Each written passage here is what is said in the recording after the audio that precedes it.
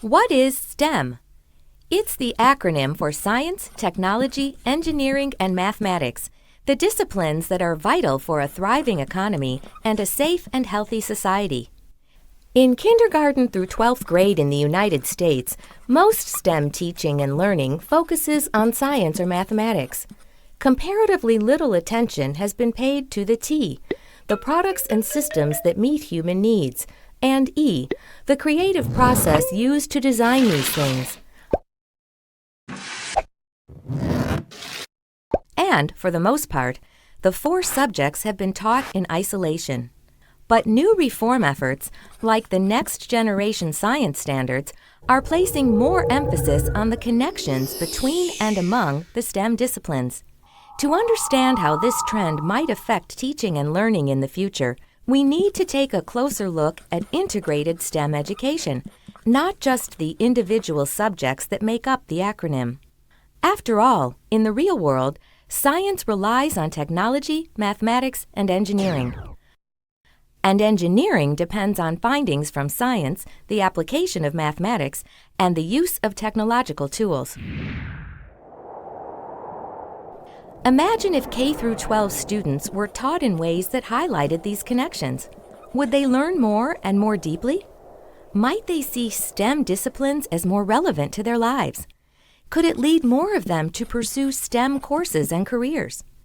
The answers to these questions depend in part on how integrated STEM education is implemented in schools and in out-of-school settings.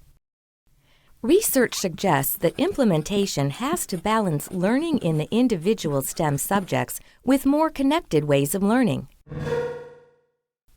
In addition, because it can be hard for students to make these connections themselves, teachers will need to make the connections explicit. Inside the classroom, some teachers may use instructional approaches like problem-based learning or engineering design, which are special kinds of problem solving, to introduce integrated STEM education to their students.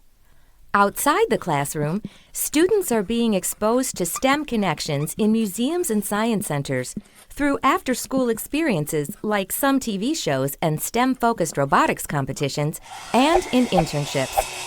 However, we need more research to better understand the potential benefits and limitations of integrated STEM education for students, teachers, and schools. What, for example, are the implications of integrated STEM education for how schools are organized?